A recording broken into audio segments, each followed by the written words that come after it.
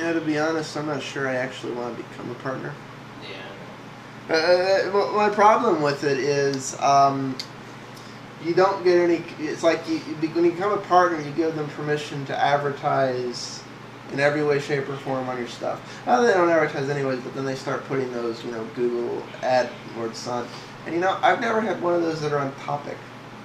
Yeah, no, it's always something different. Well, yeah, like it's like, and sometimes it's insulting to the content. Like, we're commenting on an Emeek video. I can't count the number of times I've seen an ad for a Nexus 1 on his stuff, and he's like, anti-Google, everything must be Apple, Google must die. Like, that's an inappropriate ad.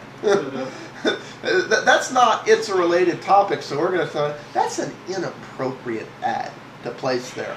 That's like having a, please give money to the good Christian Democrats in the middle of the Republican convention or something. That's just, it doesn't belong there. And as much as I agree with that, God heaven, I love low prices.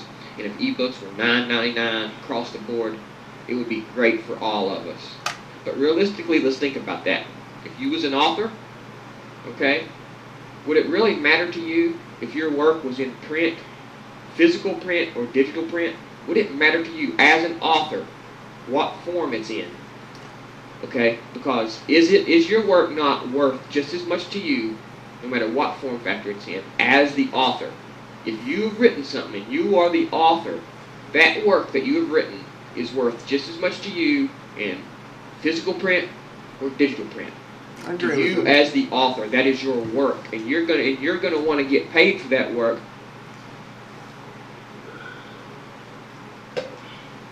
No matter how the people take it, no matter what format they take it, paper or plastic, to you as the author, it's worth it because it's your work. Now, to us as consumers, we're looking at it saying, well, there's less manufacturing, we don't have to pay workers and factories and paper, and that's great. Okay, and maybe that cost should be put upon the publisher itself, okay, if the book prices go down. Come on, YouTube. You can do it. You can do The it, publisher YouTube. should have to take that on, I think, because the author's work comes to the publisher as a single manuscript. They take it and they publish it from there. So the author should get his pay, his percentage, no matter what form the book is in, ebook or real book. It don't matter. The author should get paid the same. I think the publisher, or maybe I'm wrong, or somebody else other than the author, should shoulder the loss of dropping the prices because of the manufacturing. Now, Well, and unless you're like a really well-known author, like J.K. Rowling or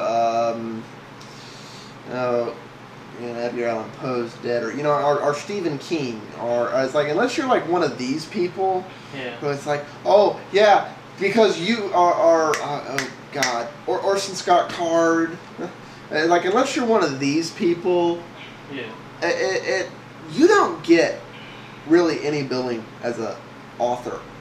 The publisher ggets all the money from that book. You get like 1 cent on the dollar if you're lucky. It's just... No, I don't care to pay $13 or $14, $15 a book, because the way I look at it, I say, well, this is that author's work, and he put time and money in it, and whether I'm reading it in a book form or whether I'm reading it on my iPad... I wonder if he's deliberately being this ignorant, if he doesn't realize this is how the book business runs. So I'll pay them $50. A lot of people don't realize that's how the book business runs. It's worth it. Yeah. It's like this is the publisher greed. It has nothing to do with paying the artist. Digital format don't take away from the author's work. That's the same way the movie association. Like, all these people are like this. How much money can we squeeze? It's the same work. It's the same text. You're reading the same book. So in that regard,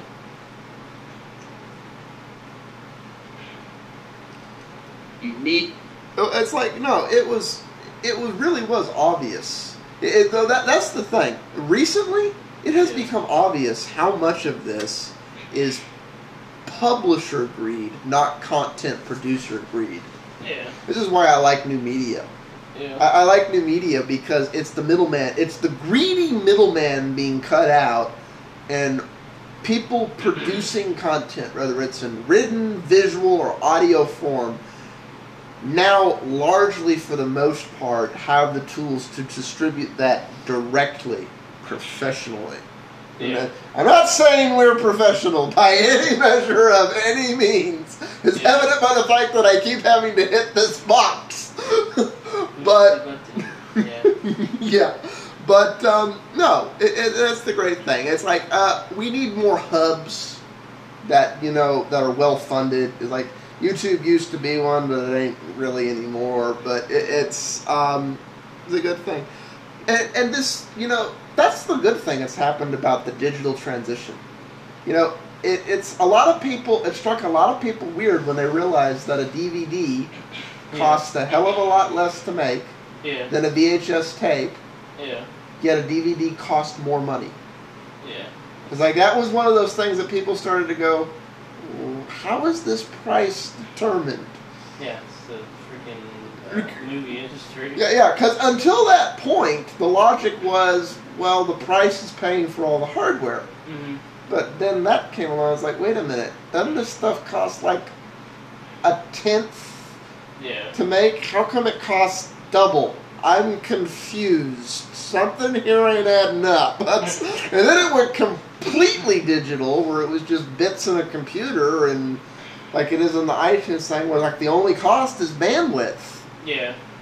And it's like, one of these things ain't like the other. Of course, on some of the cheaper things, the fact that the credit cards are charged the way they are gets involved in that. But that's... Yeah. Anyways. To pay the same for an ebook as you would a physical book.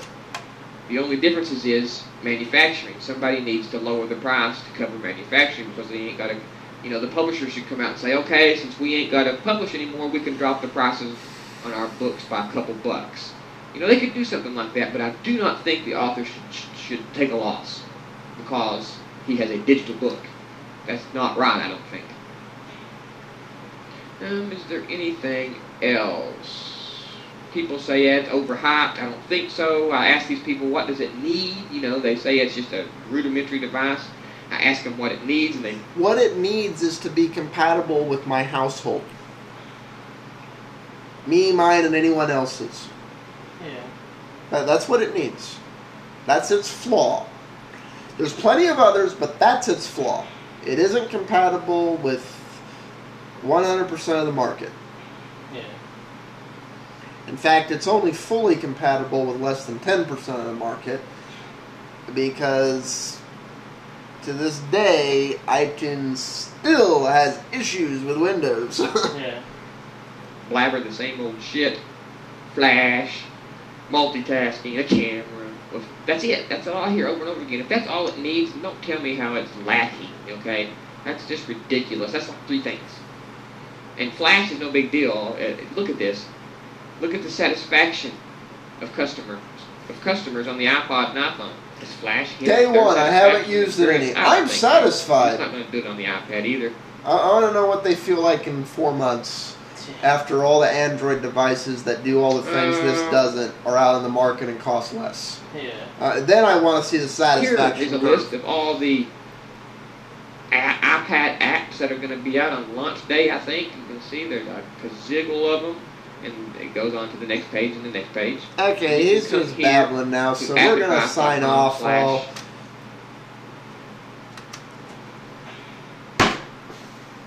need my sonic screwdriver, damn it. Y'all laugh, but we have a toy sonic screwdriver here, and when things don't work, we point it at it, and magically, for some reason beyond comprehension, it starts working, and we don't know why, and we don't care. Peace. Yeah, it works, damn it. Peace out, all.